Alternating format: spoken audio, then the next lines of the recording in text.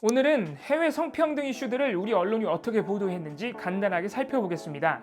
첫 번째 이슈는 9월 17일 시작되어 거의 2달이 다 되어 가도록 이란 정부의 강경 진압이 이어지고 희생자가 속출하고 있는 이란 히잡 시위입니다. 9월 13일 22세 쿠르드계 여성 마흐사 아미니는 이란의 도덕경찰 지도 순찰 때에 히잡을 제대로 쓰지 않았다는 이유로 체포됐습니다. 그랬다가 3일 만인 16일에 의문사했는데요. 이로 인해서 복장의 자유를 요구하는 전국적인 시위가 시작됐습니다. 이후에도 17세 여성 니카 샤카라미, 16세 여성 사리나 에스마일자데 등 시위 참여 여성이 잇따라 경찰 체포 후 의문사하고 극심한 경제난과 소수민족 탄압 문제까지 겹치면서 이 시위는 대대적인 반정부 시위로 번졌습니다. 세계 각국에서 이란 정부를 규탄하고 있음에도 이란 당국은 7주째 폭력 진압을 고수하며 외신 기자의 미국 스파이라는 누명을 씌워 사형을 겁박하고 있기도 합니다. 이란 히잡 시위는 국제적 이슈로 확대됐고 한국 시민들도 연대하고 있습니다. 자연스럽게 한국 언론도 많은 보도를 내고 있는데요. 우리 언론의 인권의식 수준 그리고 성평등 인식 수준을 가늠할 수 있는 척도라고 할 수 있는 이란의 히잡 시위, 우리 언론은 어떻게 보도했을까요? 9월 17일부터 10월 16일까지 시위 한 달간 한국언론진흥재단의 비카인즈 기준으로 이란 히잡 시위를 언급한 보도는 총 402건이었습니다. 이 중에서 다시 절반이 넘는 214건이 이란 현지 상황을 전하는 보도였고요. 또 그중 절반인 108건은 강경 진압에 나선 이란 당국의 입장이나 행보를 다룬 보도였습니다. 이란 시민들의 목소리를 전한 보도는 21%인 84건이었고요. 국제사회의 반응은 17%인 67건이었습니다. 이외에 의견 기사가 19건 있었고 구체적인 분석 기사는 16건으로 보도량이 상당히 적은 편입니다. 이란 현지에 접근이 불가능하고 국제뉴스 자원이나 역량이 부족한 한국 언론의 현실을 고려할 때 외신 인용에 의존한 현지 상황 보도, 국제사회 반응을 전하는 보도가 다수라는 건 어떻게 보면 자연스러운 일입니다. 다만 전체적으로 비판적 시각이 너무 부족한 점은 아쉽습니다. 현지 상황 보도 중에서도 이란 당국 입장을 전한 보도가 108건이나 되었는데 강경 진압, 폭력, 기자 구금으로 일관하는 이란 정부를 직접 비판하는 보도를 찾기가 어렵습니다. 비판 보도의 부족은 의견 기사가 19건에 그쳤다는 점에서도 잘 드러납니다.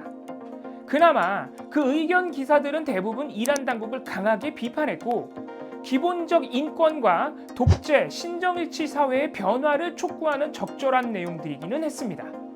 그러나 그 와중에도 부적절한 의견 기사는 있었습니다. 10월 1일자 조선일보에 민족 앞세워 윽박지르던 반일 윤리 경찰 히잡 강요와 무엇이 다른가라는 제목의 칼럼인데요. 이 칼럼은 폭력 진압과 포갑적 통치로 일관하는 이란 정부가 한국의 지난 정권과 비슷하다면서 전 정부 운동권 집권 세력의 반일 선동과 그 선동에 노란한 국민들의 반일 윤리 경찰이 이란 당국의 현재 행보와 같은 것이라고 주장했습니다. 기본적으로 다른 나라 시민들의 불행을 국내의 정치적인 선동에 악용한 사례로서 한국과 이란의 민주주의, 선거제도, 역사적 배경의 차이에 대한 이해가 전혀 없는 허위 주장이라고 볼 수 있습니다. 언론의 비판적 시각이 부족하다 보니 그 빈자리는 해외 토픽 또는 가십성 소식들로 채워지기도 했습니다. 시민 목소리를 전한 보도가 84건으로 보도량은 많았지만 이 중 10건은 SNS에 핏빛으로 물든 분수대 사진이 떴고 이게 시위를 지지하는 퍼포먼스인 것으로 보인다라는 SNS 인용 보도에 그쳤습니다. 정확히 시위 퍼포먼스가 맞는지 확인도 안 한 상태에서 일단 화제성 SNS를 인용하고 본 것이죠. 국제사회 반응 보도 역시 세계 시민의 연대, 각국 정부의 지지 성명을 전하는 가운데 해외 유명 배우들의 머리카락 자르기 챌린지를 단순 인용한 보도가 27건, 테슬라 CEO 머스크가 스타링크를 통해 이란 시민들의 인터넷 이용을 돕고 있다는 보도가 19건이나 됐습니다. 정작 스타링크 가동을 위한 안테나의 이란 내 반입이 불가능하다는 사실 등 구체적 정보가 빠진 휘발성 외신 인용 보도들이 대부분이었습니다. 비판적 보도의 부족은 분석 보도가 16건에 그쳤다는 점, 성평등, 성차별을 언급한 보도가 고작 3건에 그쳤다는 점에서도 잘 드러나는데요. 아쉬움이 크지만 소수의 분석 보도가 양질의 정보를 제공했다는 점은 주목할 만합니다. 분석 보도들은 대부분 이란 여성들이 1979년 이슬람 혁명 후 장기간 히잡과 같은 혹독한 통제에 시달려왔고 일부 다처제, 조혼 등 전근대적이며 폭력적이며 차별적인 제도에 고통받고 있다면서 도덕경찰의 폐지가 시급하다고 지적했습니다. 더 나아가서 2018년 트럼프 대통령의 이란 핵협정 탈퇴 후 가속화되고 있는 경제 위기와 국경지역 소수민족 탄압과 같은 대내외 정치 경제적 갈등도 구체적으로 짚어주었습니다. 이러한 다층적인 이유로 이번 시위가 이례적으로 장기간 반정부 시위로 이어지고 있다는 것이죠.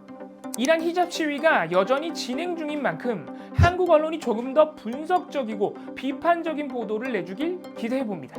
다른 이슈도 한번 살펴볼 텐데요. 9월 29일 인도에서는 대법원이 임신 20주부터 24주까지의 미혼 여성들도 기혼자와 동등하게 안전하고 합법적인 낙태 진료를 받을 수 있어야 한다고 판결했습니다. 그간 결혼관계, 성폭력 범죄 피해자, 근친상간, 장애인 등에게만 제한적으로 허용하던 임신 중지 권리를 모든 여성으로 확대한 것이죠. 심지어 남편이 강제한 성행위도 낙태 사유 중 하나인 강간으로 볼 수 있다라며 부부간 강간까지 공식 인정했습니다. 여성 인권의 아주 보수적인 인도에서 굉장히 전향적인 판결이 나온 겁니다. 인도 소식은 한국에게도 매우 의미가 큽니다.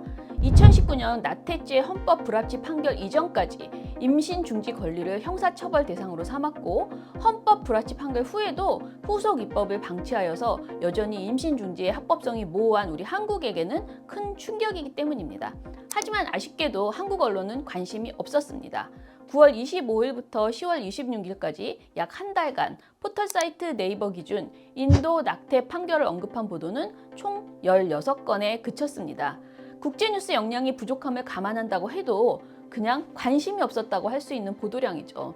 그나마 나온 보도들은 모두 세기의 판결이라면서 인도 대법원을 치켜세웠지만 딱 거기까지입니다.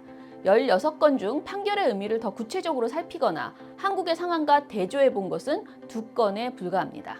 마지막으로 살펴볼 해외 이슈는 미국 로데웨이드 판결 파기 판결 이후에 미국의 상황이 어땠는가입니다. 6월 24일 미국 연방대법원이 여성의 임신 중지 권리를 보장한 1973년 로데웨이드 판례를 파기해서 주별로 임신 중지 불법화가 가능하도록 만들었죠. 이후 바이든 대통령은 2번의 행정명령으로 긴급하게 보건복지부가 임신 중지 여성을 지원할 수 있도록 만들기는 했으나 입법이 없으면 미봉책이라는 지적이 나오고 있습니다. 이런 와중에 공화당 강세 지역인 캔자스주에서 8월 2일 놀라운 투표 결과가 나왔습니다. 중간선거의 예비선거 투표에서 주 헌법 개정을 통한 임신중지권 폐기 여부를 함께 조사했는데요. 놀랍게도 유권자의 59%가 임신중지권 폐기에 반대한 것입니다. 보수적인 지역에서도 임신중지권을 지켜야 한다는 여론이 많은 걸로 이해할 수 있는 부분입니다. 반대로 보수 강세 지역인 인디애나주에서는 처음으로 임신중지 불법화 법안이 통과되어 9월 15일부터 시행되기도 했습니다. 한국에서 임신 중지권에 대한 후속 입법이 지연되는 이유 중 하나가 보수 기독교계의 강력한 반대이기 때문에 미국의 상황도 우리가 참조해야 합니다. 하지만 여기에도 우리 언론은 관심이 없었습니다. 8월 3일부터 10월 27일까지 캔자스주 임신 중지 투표를 언급한 보도는 포털 네이버 기준 15건에 불과했고요. 단순히 투표 결과를 인용하는 게 대부분이었습니다. 15건 모두 미국 중간선거에 어느 당이 유리하냐는 선거공학적 관점으로만 작성됐다는 점도 아쉬웠습니다. 인디애나주 임신 중지 불법화 역시 보도량은 7건에 그쳐서 해외 토픽 수준에 그쳤습니다. 한국의 임신 중지권을 포함한 여성 인권, 성평등도 여전히 과제가 산적한 만큼 우리가 꼭 함께 살펴보고 고민해야 할 해외 이슈가 있다면 언론이 더 많이, 더 깊이, 더 주요하게 보도해 주길 기대해 봅니다. 오늘도 시청해 주셔서 감사합니다. 더 유익한 영상으로 찾아뵙겠습니다.